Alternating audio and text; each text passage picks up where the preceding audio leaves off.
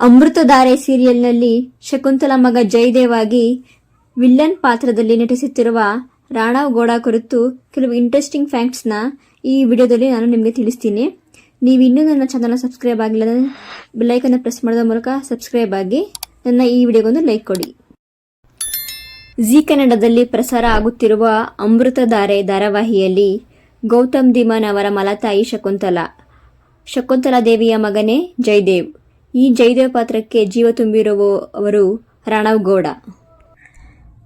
ಹಲವು ವರ್ಷಗಳ ಹಿಂದೆ ಉದಯ ಟಿವಿಯಲ್ಲಿ ಪ್ರಸಾರವಾಗುತ್ತಿದ್ದ ತುಳಸಿ ಧಾರಾವಾಹಿಯ ಮೂಲಕ ಸುಧಾರಾಣಿಯವರ ಜೊತೆ ಬಾಲನಟನಾಗಿ ನಟಿಸುವ ಮೂಲಕ ರಾಣವ್ ಕಿರುತೆರೆಗೆ ಎಂಟ್ರಿ ಕೊಟ್ಟರು. ಆಗ ರಾಣವ್ 6ನೇ ತರಗತಿಯಲ್ಲಿ ಓದುತ್ತಿದ್ದರು. ಉದಯ ಟಿವಿಯಲ್ಲಿ ಪ್ರಸಾರವಾಗುತ್ತಿದ್ದ ಅರಮನೆ ಧಾರಾವಾಹಿಯಲ್ಲಿ ನಾಯಕನ ಗೆಳೆಯನ ಪಾತ್ರದಲ್ಲಿ ನಟಿಸುವ ಮೂಲಕ ಕಿರುತೆರೆಯಲ್ಲಿ ಸೆಕೆಂಡ್ ಇನ್ನಿಂಗ್ಸ್ ಆರಂಭಿಸಿದ ರಾಣವ್ ಮತ್ತೆ ಹಿಂದಿರುಗಿ ನೋಡಲೇ ಇಲ್ಲ. ಒಂದಾದ ಮೇಲೆ ಒಂದರಂತೆ ಹಲವು ಧಾರಾವಾಹಿಗಳಲ್ಲಿ ನಟಿಸಲು ಆರಂಭಿಸಿದರು. ನಂತರ ಬಿ ಸುರೇಶ್ ಅವರ ಜೀವನದಿ, ಕಸ್ತೂರಿ ಟಿವಿಯಲ್ಲಿ ಪ್ರಸಾರವಾಗುತ್ತಿದ್ದ ರಾಜಕುಮಾರಿ ಹಾಗೂ ಸ್ಟಾರ್ ಸುವರ್ಣ ವಾಹಿನಿಯಲ್ಲಿ ಬರುತ್ತಿದ್ದ ವರಲಕ್ಷ್ಮಿ ಸ್ಟೋರ್ಸ್, ಮತ್ತೆ ವಸಂತ, ಜಿ ಕನ್ನಡದ ಕಮಲಿ ಧಾರಾವಾಹಿಯಲ್ಲಿ ನಟಿಸುವ ಮೂಲಕ ವೀಕ್ಷಕರ ಮನಗೆದ್ದರು.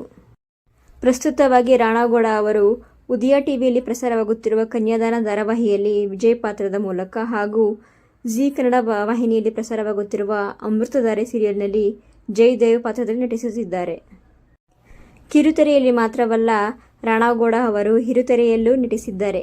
ಸ್ಯಾಂಡಲ್ವುಡ್ನ ರಿಯಲ್ ಸ್ಟಾರ್ ಉಪೇಂದ್ರ ನಟಿಸಿರುವ ಬಾ ಉಪೇಂದ್ರ, ಶಿವರಾಜ್ಕುಮಾರ್ ನಟಿಸಿರುವ ಶ್ರೀಕಂಠ ಹಾಗೂ ದರ್ಶನ್ ನಟಿಸಿರುವ ವಿರಾಟ್ ಸಿನಿಮಾಗಳಲ್ಲೂ ನಟಿಸಿದ್ದಾರೆ. ಒಟ್ಟಲ್ಲಿ ಋಣಾತ್ಮಕ ಹಾಗೂ ಧನಾತ್ಮಕ ಎರಡೂ ಪಾತ್ರಗಳಲ್ಲೂ ರಾಣವ್ ಜೀವ ತುಂಬಿ ನಟಿಸುತ್ತಾರೆ ಅನ್ನೋದು ಸುಳ್ಳಲ್ಲ.